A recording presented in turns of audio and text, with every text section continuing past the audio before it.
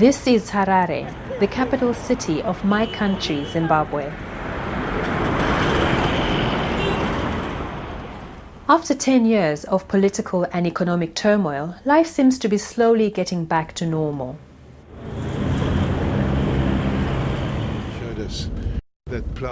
I've come here to find a positive story about my country, a story about the people and their ordinary lives. I want to know their dreams, their aspirations, and their convictions.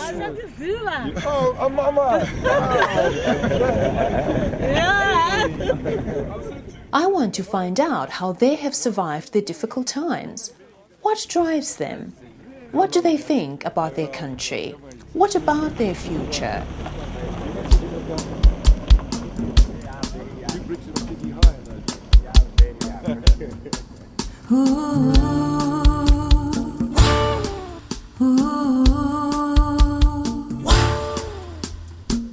Standing here on the soils of this nation, you have brought us through, and the morning star has arisen.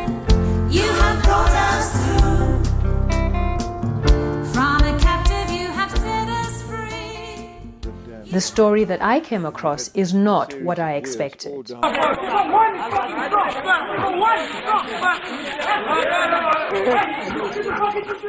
A story that can change a nation. And I believe our nation is going to lead the way with an astounding national model that will help to change Africa. A people driven by godly conviction would let nothing stand in their way. The forgiveness road tears down racial barriers. It just does. It just strips your heart open and your inherent racism is revealed. And you know that there's God heals. Where there's a hole in you, God heals. When I saw this vision, I grasped this vision and I needed to run with it.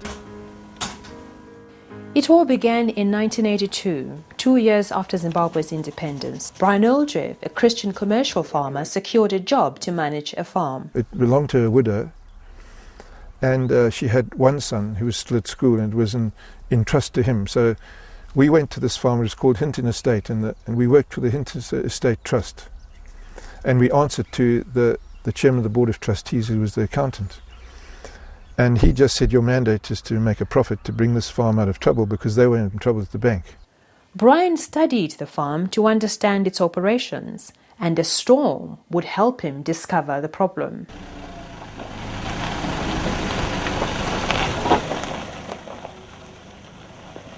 Brian is taking me to this farm, Hinton Estates, where his story began 28 years ago. How are you, sir?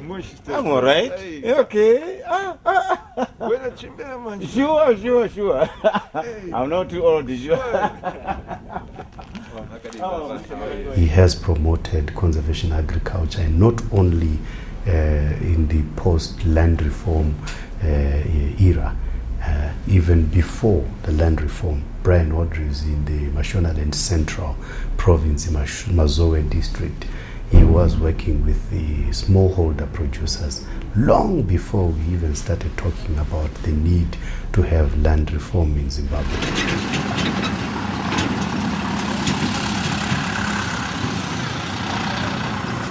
This is quite an important place that we're standing on at the moment. In 1982, when I first got here, they used to till very heavily and bring a fine tilth, and it was the way you used to farm in those days. And we planted soybeans into this land, and it looked all beautiful. And we had a massive storm in November, about the end of November in 1982, and it was a huge storm. And I came out and I was in my gumboots and raincoat, and I just saw the most horrific sheet erosion. The soil was being washed away, and we were losing topsoil everywhere. All the seed was washed out of the ground, and I thought that it was absolute disaster. And I realized then that we had a massive problem on our hands. He felt God leading him to the bush to go and study nature. I came out to the bush like this here, on the farm, where nobody's been intervening with nature as God has designed it for hundreds and hundreds of years. And I came and I asked God to open my my eyes. And I saw, firstly, that the leaves fall down in the ground, and they come down, and the grass dies down, and there's a beautiful blanket over the earth. You can see previous leaves from different years here, and it protects it from the impact of the raindrop. And this is so important to God, because this here is the material that feeds the little beetles and worms that live in this whole horizon here. And then it also protects the surface, and it feeds the microorganisms in the soil eventually as it gets taken down into the profile. And then what I also noticed in God's natural creation, there's no inversion tillage. There's no turning over of the soil. And so I saw that surely if this bush has survived for thousands of years, it doesn't die of disease or pests or lack of ploughing or lack of nutrition. There's a whole beautiful cycle here that God has put in. And so I thought, well, if He's the designer, I want to come and emulate what He does.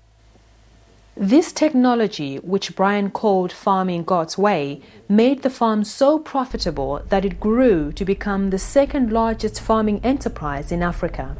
Part of the Hinton, which is still. This is still Hinton now.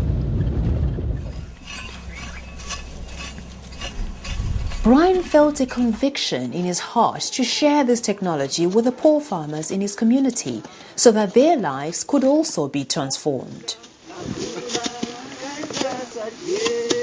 See, the big thing I had to teach them, you don't have to plough to make things grow. Everybody thinks that there's something magical in the ploughing operation, you see. In 2002, this vision would be shattered.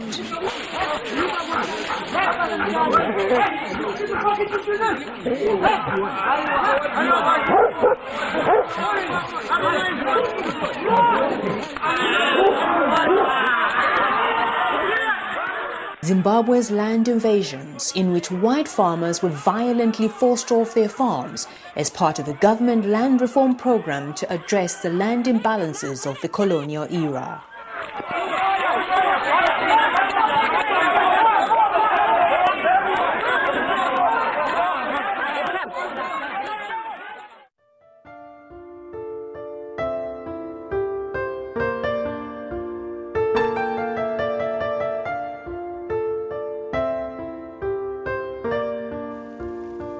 Having lost everything and with nowhere to go, Brian was offered accommodation at River of Life Church.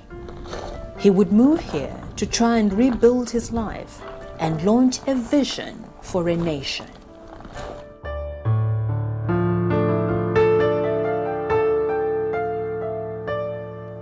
There's a love flowing like a river,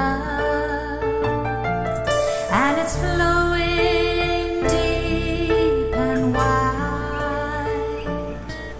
It's a love that flows forever,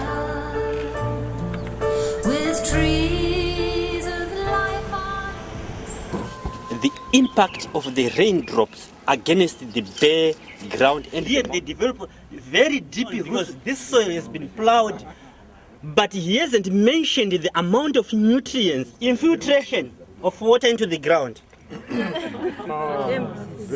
When I saw this vision, I grasped this vision and I needed to run with it. That's when we developed some other people to help us. But this was not easy. The mechanization came with. We were only 2 people, Brian and I, in this training, but this has been a very tiresome journey. When I moved to River of Life Church, at this church there were very few buildings here. For example, you can see this warehouse. It was in place, Brian Aldrich's house and Foundation for Farming offices, and the other behind their building for crossover. This church building, it was under construction. The rest of the buildings, they were constructed when we were here. We had to start again and create a training station with demonstration plots and so on. Because we had all those demonstrations on the farm and the momentum was going, to begin again wasn't easy. And because of the trauma of having been removed from the farm and in quite a violent sort of way, it caused us to evaluate the situation and to really seek God. And what I found is that I discovered that I was in this for God. There is a bit of vision training. He's gone up through Zambia by bus and extensively into Kenya. He's taught in Mozambique. He's taught in Lesotho. He's taught in South Africa. He has been to Swaziland. And then Vedra's also been into Ghana as well. So there is Vedra, who was my very faithful, wonderful friend and compatriot, who was just an ordinary worker on the farm with very little education, has been to quite a few nations in this world.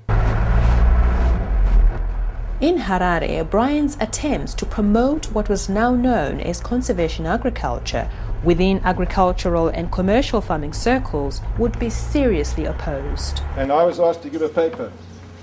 And I gave a paper to describe basically this amazing transition that we were seeing on our farm. I poured my heart out, a 45-minute paper. At the end of the paper, nobody clapped. And then it was tea just after that. I went to tea, and I was having tea all by myself, and everybody avoided me, and they were in a corner, and they were arguing, chatting to each other and pointing to me. And I was in big trouble because I'd introduced something that went against what people want to do. And in those days, there was still the ICA chairman from all the agricultural farmers associations in the nation. They were very angry with me. The Ploughing Association took me to lunch and castigated me, saying, ploughing is an art form, how can you disgrace ploughing? And I was in big trouble. And it was everybody was angry with me, because people don't like to change. I came into one of Brian's seminars, and after being a farmer that had ploughed for nearly 30 years, the scales just fell off my eyes regarding this what Brian called farming God's way at that time. And I just knew that God had opened a door for me in this, and I would be in full-time ministry with him.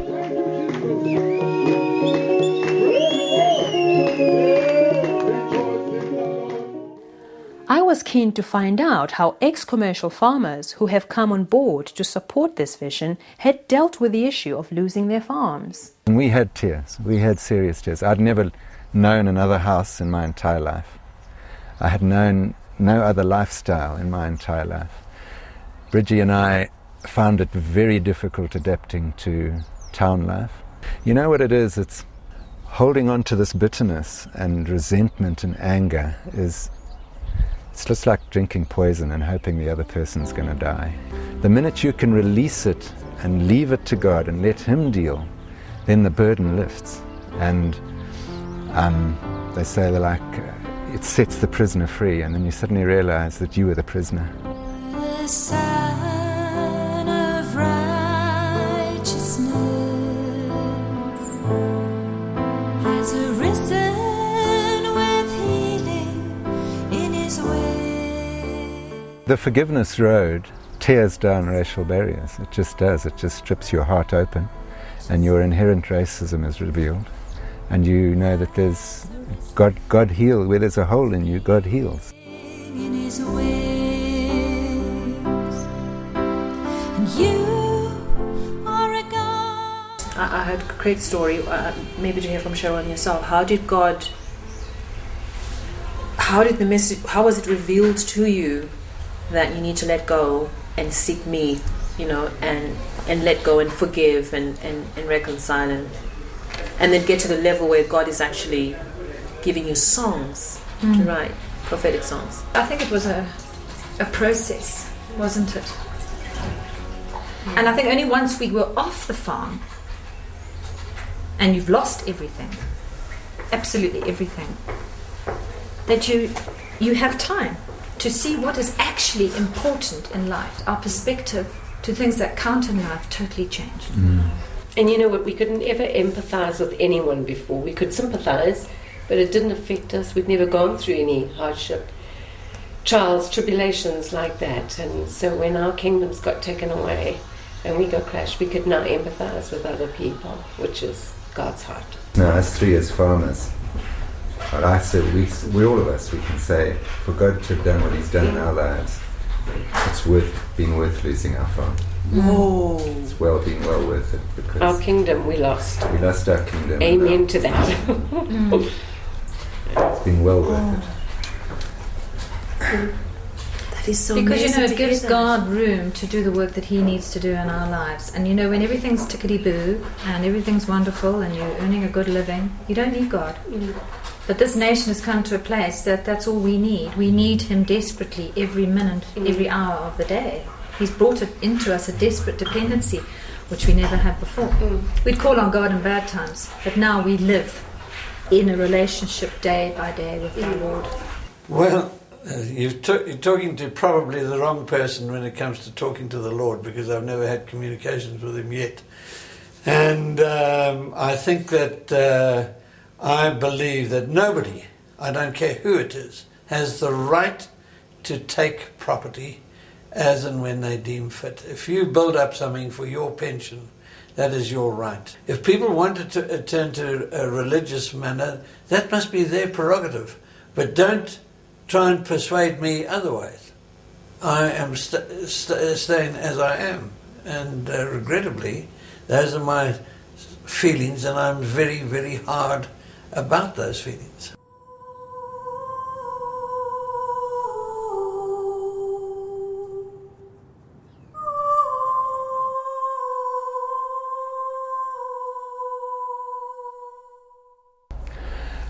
I have taken Brian's role really in running what they call the Zimbabwe ship, to allow Brian to move away and get into the more prophetic and overseeing of the other nations and foundations for farming spreading out. So I've been able to let him take his hands off the steering wheel while I do the day-to-day. My title actually is Director of Training, but I run the Westgate station here and organise the trainers, organise the training of trainers, and actually run the little farm here. First of all, do our farm plan. You only have to do this once. Measure your field.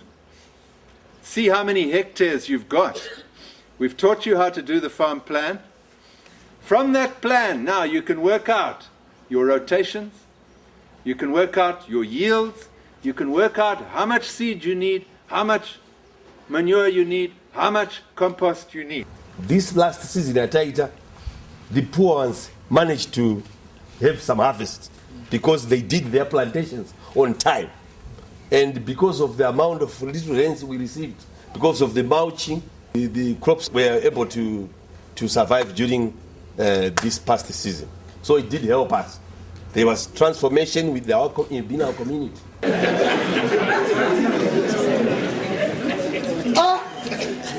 The rains have come. Yes. Go and find the tractor. Don't you have the tractor? Say, this time. What about seed?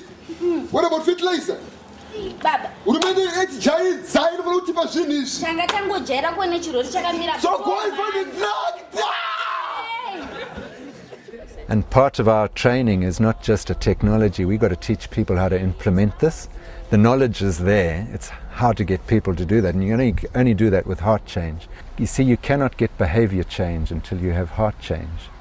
So that is why Foundations for Farming, the thrust of it is more to change a heart rather than just dump a technology on people. The Isaiah 58 message is what this whole vision is all about now, and the transformation of this nation, I believe, of a continent now, through an agricultural base.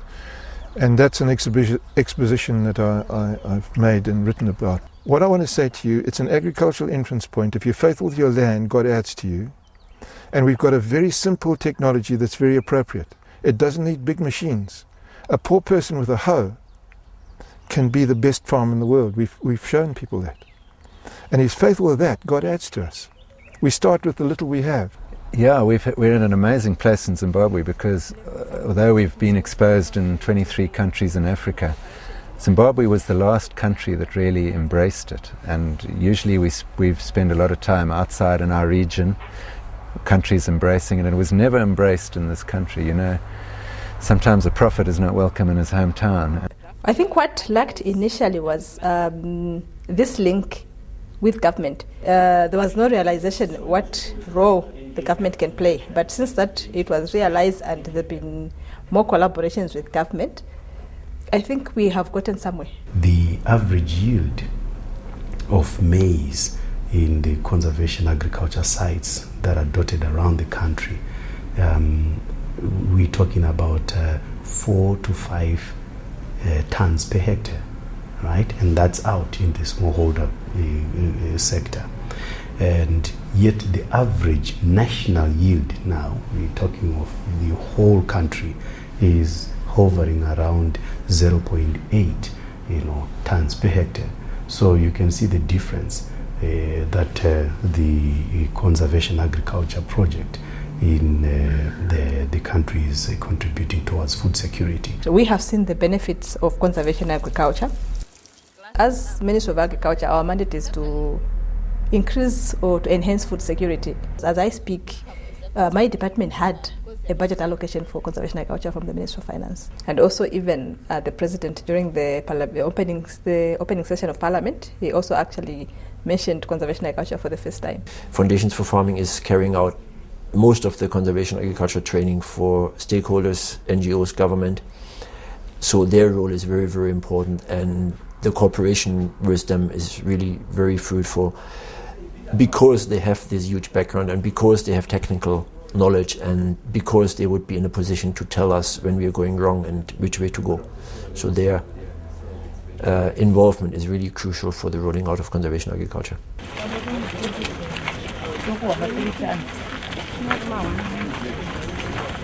We've suddenly had this explosion, and it can only be God, because we've been asked to teach into the prisons. We've been asked through the Ministry of Education to put our program into all secondary schools in Zimbabwe. We now are teaching into the townships. We are teaching through the huge church network, obviously.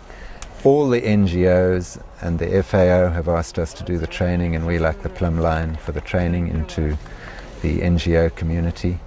The Ministry of Agriculture has jumped on board, and we've been asked to teach thousands of Agritechs officials. So we can't believe that suddenly this huge favor has become upon us, and we actually can't keep up with the call on our lives now. But it can only be God. And Brian has just been this lonely figure who's just had the faithfulness just to press on. He could have easily chucked it all in and become this wealthy farmer. He could have become an agronomist with the World Bank. He's without doubt the best farmer this country's ever produced. And he could have used that for fame and fortune, but he's just got this absolute passion and heart for the poor. And he's poured his heart out, his life out for 2 decades now for little or no salary.